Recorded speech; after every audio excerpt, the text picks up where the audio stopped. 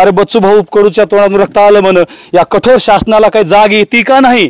बच्चूभाऊ कडूचं आंदोलन सक्सेस होईल का नाही? बच्चूभाऊ कडूचं आंदोलन जर सक्सेस झालं तर आपलं 2-3 लाख कर्ज माफी होईल का? निसर्गत सरकारला कधी जाग येईल असं म्हणले आणि डोळ्यात पाणी आणून अक्षरशः ते आमच्यापासून उठून गेले.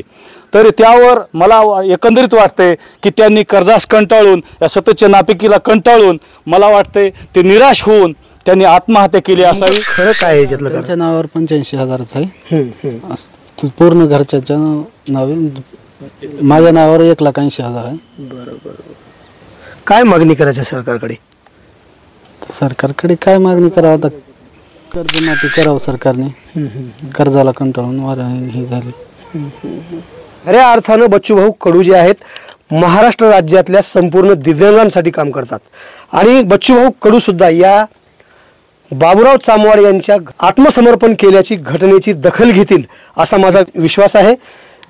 चांगला बोलत होता. कवा गप्पा पिप्पा बसले की मारायच्या घरगुती. काही नाही, तसं काही करत नव्हते. घरात चांगलं राहत होते. लेकरासोबत ते घरीच राहायचे. आम्ही शेताकडे जायचो. लेकरासोबत राहायच्या सोबतच. मला होय गेल्या वर्षी आलते घरला. 1 वर्षापूर्वी. पुन्हा सुधारणा गेला आणि येणा गेले पुन्हा. कितपत शेती परवडाली आहे? कर्जाचा बोज जे आहे ते जर विचार केला का की आम्ही शून्यातच जाऊ. यार काय नाही रे, कुणाचं लोकांचं देणं फिटत नाही. आपल्याला बोजा चढत चालला आहे. कुठून द्यावं पैसे? कुणाला बुडीता येत नाही आपल्याला. शेतकरी एक एवढा इमानदार माणूस आहे की 1 रुपया बुडीत नाही. तुमची ती मालिया कंपनी हे ते ती लोक जातात बुडून. कोट्यावधी रुपये सरकारला बुच लावून जातात. आम्ही नाही, आम्ही शेतकरी माणसं 1-1 रुपया तुमचा देणार. आज होईल ना पुढल्या वर्षी होईल. केले हो. मी गावाला गेलो हो का आता आलो ते मला कळालं ते मी घरी आलो. सध्या मी आहे लातूरच्या अहमदपूर तालुक्यातील थोडगा या गावामध्ये. आज जी घटना घडली आहे सकाळी ते म्हणजे एका 70 वर्षीय शेतकऱ्याने त्याच्या शेतात असलेल्या लिंबाच्या झाडाला गळफास घेऊन आत्महत्या केल्याची घटना आज घडली आहे. नेमकं काय कारण होतं या शेतकऱ्याच्या आत्महत्या करण्यामागचं हे जाणून घेण्यासाठी मी आलो आहे. हे उजव्या बाजूचं माझं जे हात दाखवते तुम्हाला हेच त्या शेतकऱ्याचं घर आहे आणि बाबूराव चामवाड असं त्यांचं नाव आहे. नेमकं काय कारण असू शकते शेतकऱ्यानं आत्महत्या करण्यामागचं हे जाणून घेण्यासाठी मी आलो आहे. दुपारी त्यांचा अंत्यविधीसुद्धा उरकून घेण्यात आलेला आहे आणि बरीच मंडळी याच गावातील इथं बसलेले दिसत आहेत मला. त्यांच्याशी संवाद साधण्याचा माझा प्रयत्न असणार आहे. नेमकं या शेतकऱ्यावरती आत्महत्या करण्याची वेळ का आली हे आपण जाणून घेऊया. पहिल्यांदा मुलगा कोण आहे? तुम्ही आहेत का? बरं बरं बरं. काय तुमचं पूर्ण मला नाव सांगा. बसा तुम्ही, बसा बसा. असं असू द्या असंच. तुमचं नाव सांगा मला. नागनाथ बाबूराव चामवाड. बरं. काय करता तुम्ही? शेतीच. किती एकर आहे शेती? शेती 4 एकर आहे. माझ्या नावावर, वडिलाच्या नावावर 1 एकर. बरं. किती जण भाऊ आहात तुम्ही? एकटाच हो. बहिणी? 2. बरं. बहिणीचे लग्न वगैरे झाले? म्हणजे सगळे तुम्ही विवाहित आहात? बरं. आई? आई माहीत आहे. किती वर्षापूर्वी माहीत आहे? 6 वर्ष झालं. बरोबर. किती वर्ष झाले होते ह्याला? हे किती वर्षाचे होते तुमचे वडील? 81 वर्षाचे. 81 वर्षाचे होते. बरोबर. मी 70 वर्षाचे असतील असं मला वाटलं होतं, परंतु 81 वर्षाचे. कुठे राहत होते त्यांनी? इथंच राहत होते गावात. तुमच्याकडेच राहत होते? घरी. बरं. काय त्यांच्या आत्महत्येचं कारण कसं? ते शेवटचे तुम्हाला काय बोलले होते मला सांगा. काय नाही, आम्ही शेताहून आलो काल ह्या टायमाला. कापूस लावणं झालं का म्हणले. मग झालं म्हणल्यावर चहा पाणी झालं, जेवण झाल्यावर झोपले. आम्ही कापूस लावून ते आलतो जरा बेजार होऊन त्याच्यामुळे झोपलो आम्ही. पाटा उठून बघितलं तर नव्हते. तिकडून सकाळी उजळल्याच्या नंतर आम्ही संडासला गेले असं समजलो. सकाळी तिकडून दूधवाला जाते लवकर आमच्या इथून करले, गजू करले म्हणून. त्यानं बघितलं आणि घरला येऊन सांगितले त्याने. मग कळालं आम्हाला. तुमचं आणि तुमच्या वडिलांचं शेवटचं संभाषण काय झालं होतं? काहीच नाही, रात्री कापूस लावणं झालं काय एवढंच बोलले. आणि काय तुमच्यामध्ये काही वादविवाद काय होता का? राग राग काय कोणाचं काय बोलण्यामध्ये किंवा काय असं होतं का? वाद काही नव्हता. आई वारून किती वर्ष झाली तुमची? 6 वर्ष. 6 वर्षापासून मग ते तुमच्या सोबतच राहत होते. मग तुमच्यामध्ये तुमचा किंवा तुमच्या पत्नीचा किंवा तुमच्यामध्ये वडिलांमध्ये वादविवाद कधी असा मध्ये झाला नाही? वाद काही नाही झाला. किती आहे कर्ज? कर्ज 3 लाख रुपये आहे. कोणत्या बँकेचं? DCC बँकेचं जिल्हा मध्यवर्ती. बरोबर. काही नागरिकांच्या तोंडून ऐकलो की 1 लाख रुपये कर्ज होतं, 15,000 रुपये त्याच्यातली परतफेड केली आहे, फक्त 85,000 रुपये कर्ज आहे असं ऐकण्यात आलं. नेमकं खरं काय आहे याच्यातलं? त्यांच्या नावावर 85,000च आहे. कारण असं पूर्ण घरच्याच्या नावे. माझ्या नावावर 1,80,000 आहे. बरोबर. काय मागणी करायची सरकारकडे? सरकारकडे काय मागणी करावं आता? कर्जमाफी करावं सरकारने. कर्जाला कंटाळून हे झाले. मागच्या आठवड्यामध्येच बच्चूभाऊ कडू यांनी शेतकऱ्यांची कर्जमाफी व्हावी म्हणून त्यांनी आंदोलन पुकारलं होतं शासनाच्या विरोधामध्ये, परंतु त्यांची तर दखल घेतली गेली नाही. तुमच्या वडिलांनी आता थेट आत्महत्याच केली आहे, मग म्हणून त्याच्यामुळे हे दखल घेईल असं वाटते का? वाटतंय आता जर बच्चू कडून आंदोलन केल्यामुळे हे ते बघत होते, त्याने ते बच्चू कडूचे आंदोलन बघत होते, तेव्हापासून बी जरा हे होते त्यांच्या मनात. किती वाजता त्यांनी फाशी घेतली असावी? सकाळी की 3-4च्या नंतरच. पहाटे? हां, पहाटे. बरं. मग तुम्हाला कसं समजलं की आपल्या वडिलांनी ह्या ठिकाणी झाडाला गळफास घेतली म्हणून? दुसऱ्याने सांगितले. बरोबर. ही पाहुणी मंडळी आहेत का? कोण आहेत तुम्ही? तुमच्यासोबत काही गाव? हां, बरोबर. गावकऱ्यांसोबत सुद्धा माझा प्रयत्न असणार आहे बोलण्याचा. तुमचं नाव सांगा. श्यामराव माधवराव गुरव. बर. कसा होता यांचा स्वभाव जे बाबूराव चामवाड जे होते? आता 81 वय म्हटल्यानंतर त्यांनी आत्महत्या केल्याची घटना घडली. स्वभाव त्यांचा कसा होता? काय नाही, चांगलं होता. चांगलं बोलत होता.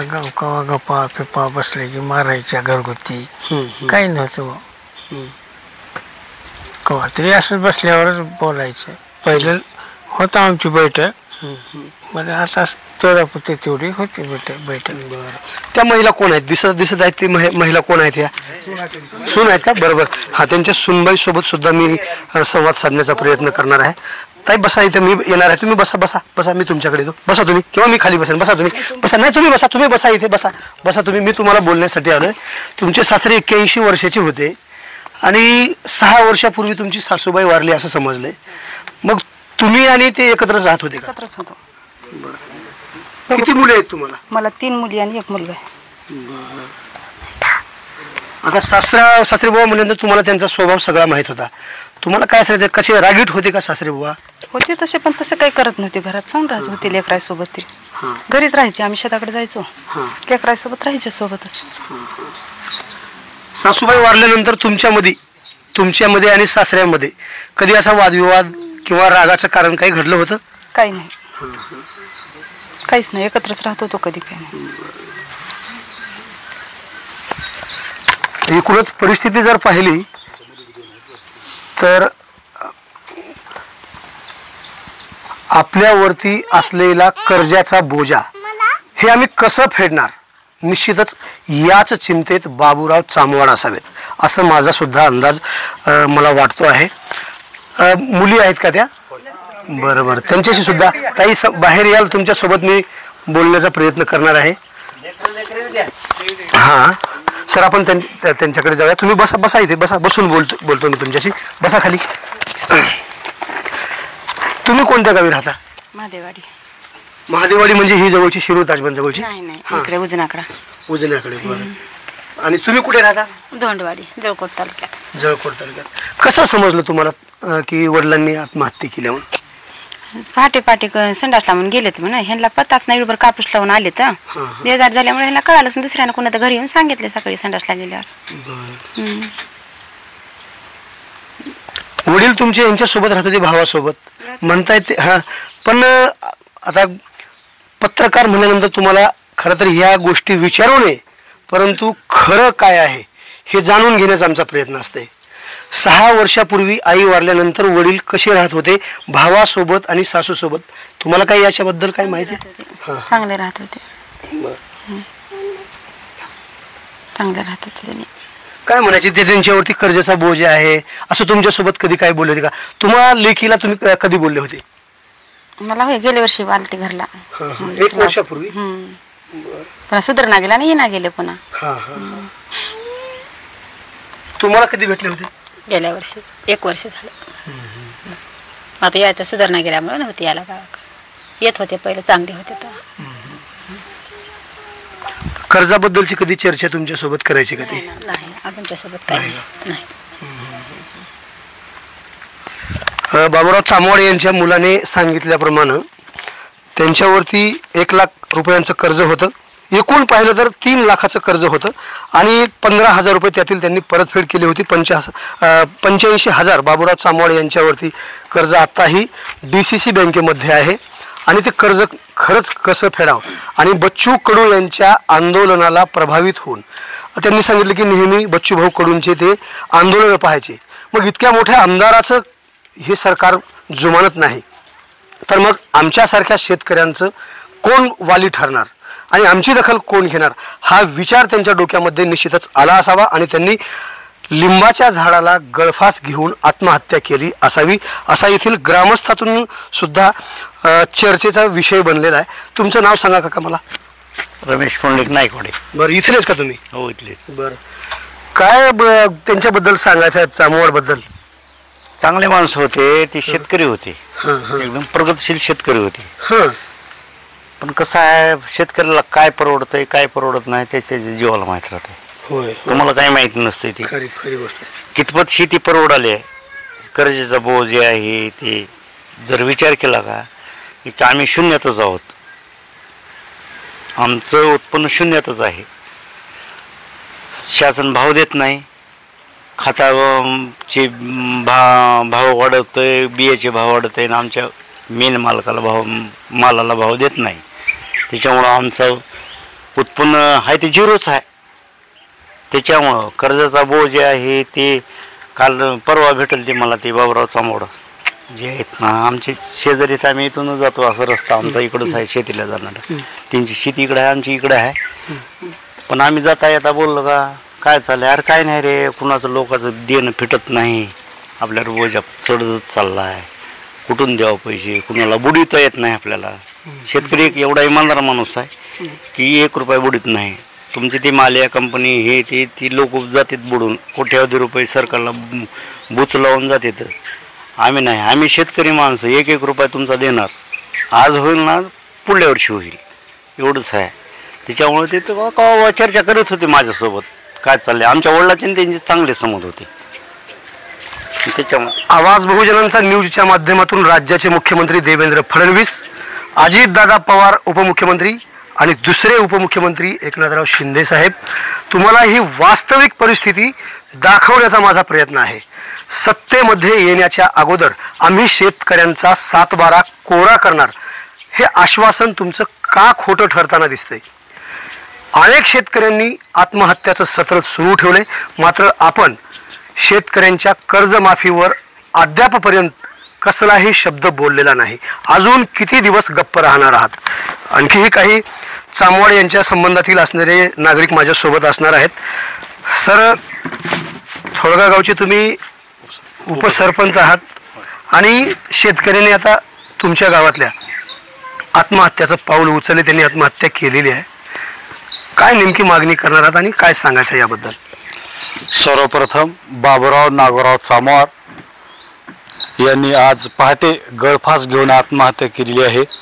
तरी त्यांच्या आत्म्यास शांती लाभो अशी भावपूर्ण श्रद्धांजली अर्पण करतो व त्यांच्या कुटुंबांना या दुःखातून सावरण्याची ईश्वराने ताकद देऊ हीच अपेक्षा ईश्वरचरणी करतो. बाबूराव नागोराव चामवार हे माझ्या गावातील एक अतिशय कष्टाळू शेतकरी होते. प्रामाणिकपणे कष्ट करणारे व सर्व सामाजिक कार्यक्रमामध्ये पुढे होऊन अग्रेसर राहणाऱ्यापैकी ते एक व्यक्ती होते.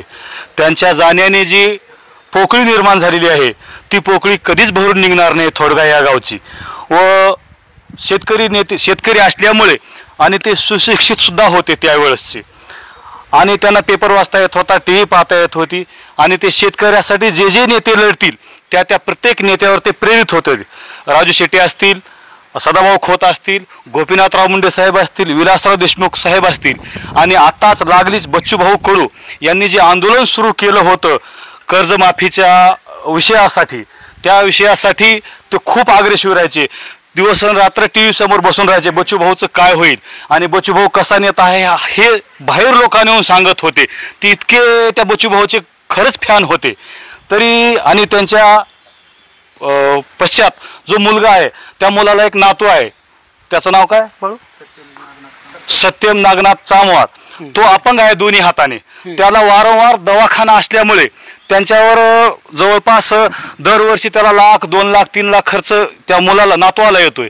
तो खर्च आणि बँकेचं कर्ज या सर्व गोष्टीची एकंदरीत जर बेरीज केली तर त्यांचा खर्च 5-6 लाख होत होता आणि शेतीतलं उत्पन्न मिळून 1,00,000-2,00,000 रुपये यायचं. सतत त्यांची नाराजी वाढत जायची आयुष्यावरची. आणि त्यांनी मला वाटतं या भूमिकेतून परवा दिवशी बच्चूभाऊ कडू यांच्या तोंडातून रक्ताची उलटी आली असं त्यांना समजलं. तर त्यावेळेस त्यांनी मी आणि रमेश नायकवाडे आणि प्रवीणमध्ये बंडूभाऊ मुंडे आम्ही तिथं रोडला बसलो असता, अरे बच्चूभाऊ कडूच्या तोंडातून रक्त आलं म्हण, या कठोर शासनाला काही जाग येते का नाही, बच्चूभाऊ कडूचं आंदोलन सक्सेस होईल का नाही, बच्चूभाऊ कडूचं आंदोलन जर सक्सेस झालं तर आपलं 2-3 लाख कर्ज माफी होईल का, आणि या निगरगट सरकारला कधी जाग येईल असं म्हणले. आणि डोळ्यात पाणी आणून अक्षरशः ते आमच्यापासून उठून गेले. तर त्यावर मला एकंदरीत वाटतंय की त्यांनी कर्जास कंटाळून, या सततच्या नापिकीला कंटाळून मला वाटतंय ते निराश होऊन त्यांनी आत्महत्या केली असावी. त्यांच्या आत्म्यास पुन्हा एकदा मी ईश्वरचरणी अशी प्रार्थना करतो की त्यांच्या आत्म्यास शांती भेटावी, अशी भावपूर्ण श्रद्धांजली अर्पित करतो. बाबूराव चामवाड यांना भरगतचा असा परिवार आहे आणि त्याच परिवारात एक दिव्यांग त्यांचा नातू सुद्धा आहे. तुम्ही बघू शकता खूप हुशार तो दिसतोय. पायाने त्याची आता सध्या लिखाण सुरू आहे. त्यांनी त्याच्या नाव लिहिण्याचा प्रयत्न करतोय. बाळा तुझं नाव सांगेल मला? सत्यम नागनाथ चामवाड. बरोबर. कितव्या वर्गात आहेस? तिसऱ्या. सत्यम त्याचं रायटिंग जे आहे त्याच्या पायानं उजव्या पायाच्या बोटामध्ये ही लेखणी धरून सत्यम नाव त्यांनी काढलेलं आहे. हाताने लिहिता जर आलं तुम्हाला तर तितकं येणार नाही व्यवस्थित, परंतु बाळाने पायाने सत्यम असं त्याचं नाव लिहिलेलं आहे. आणि बच्चूभाऊ कडू यांच्या आंदोलनाचा एक भाग, खऱ्या अर्थानं बच्चूभाऊ कडू जे आहेत महाराष्ट्र राज्यातल्या संपूर्ण दिव्यांगांसाठी काम करतात. आणि बच्चूभाऊ कडू सुद्धा या बाबूराव चामवाड यांच्या घटनेची, आत्मसमर्पण केल्याची घटनेची दखल घेतील असा माझा विश्वास आहे. एकाच वेळी ह्या 2 घटना मी आवाज बहुजनांचा न्यूजच्या माध्यमातून मांडण्याचा प्रयत्न करतोय. एक, सत्यम जो आहे दिव्यांग आहे, दोन्ही हात जे आहेत बाळाचे, बाळा तुझा हात नाही होत का? बघा हे हात, त्याचा हात आपण स्वतः हात धरून वर करावा लागतो, दोन्ही हात. हा, पाय त्याचे व्यवस्थित आहेत. पायाने त्यांनी लिहिण्याचा प्रयत्न केला. निश्चितच बाळाला खूप भविष्य लाभावं अशी आपल्या टीमच्या वतीने त्याला शुभेच्छा सुद्धा देऊया. त्याचबरोबर माझ्यासोबत काही वयस्कर याच गावातील शेतकरी आहेत. काका इकडे या माझ्याकडे थोडंसं, मी तुमच्यासोबत बोलणार आहे. तुमचं नाही 70 वर्ष झाले. हो नाही, आता जसं घरी आपण बोलतो तसंच आपण बोलायचं आहे, बरोबर का? तुमचं वय किती आहे? बरं, तुमचा मामा होता का? बरं. ते कर्जामुळेच मिळाले त्याला, काही नाही. तुम्ही कुठे राहता? माळावर राहतो आम्ही. बरं बरं. तुमची त्यांची कधी झाली होती भेट? दररोज छोटी येत होतो का इथे खाली बोलायला, बोलून जायचं वापस आलो. अनेक शेतकऱ्यांनी आत्महत्या केल्यात की कर्ज माफी व्हावी, शेतकऱ्यांनी करावी कर्जमाफी म्हणून. मग हे सरकार करेल असं वाटतंय? आता केलंच घेऊ कांदे. अजून हे शेतकरी राजा महाराष्ट्र शासनाच्या प्रतीक्षेत आहे की नेमकं खरंच कोणत्या क्षणी राज्य सरकार आमच्याबद्दल निर्णय घेईल की शेतकऱ्यांना 7/12 या तारखेला कोरा करणार आहोत म्हणून. काका या इकडे. काय नाव आहे? माझं नाव दत्तात्रय हुल्लाप्पा गुमनार. बरोबर.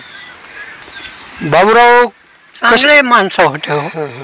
दररोज मी बोलायचं, काय चालय मामा, काय नाही, बरं चालय असे बोलायचे रोज. चांगले माणसं होते, कष्टाळू होते.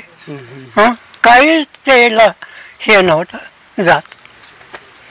अचानकच त्यांनी अचानकच केले हो. मी गावाला गेलो, हो का आता आलो, ते मला कळालं, ते मी घरी आलो. आवाज बहुजनांचा न्यूज लाईव्हच्या माध्यमातून शासनाला पुन्हा एकदा आमचं आव्हान असणार आहे की राज्य शासनाने तात्काळ शेतकऱ्यांची कर्जमाफी करून महाराष्ट्रातल्या संपूर्ण शेतकऱ्याचा 7/12 कोरा करावा आणि ज्यांच्या मतदानातून तुम्ही सरकार बनवलं आहे त्या शेतकरी राजाला कुठेतरी जगण्याचा आधार द्यावा। ताजे आणि महत्त्वाचे अपडेट पाहण्यासाठी पाहत राहा BN4 आवाज बहुजनांचा न्यूज राहीव करता शिवाजीराव गायकवाड, अहमदपूर, लातूर। आवाज बहुजनांचा।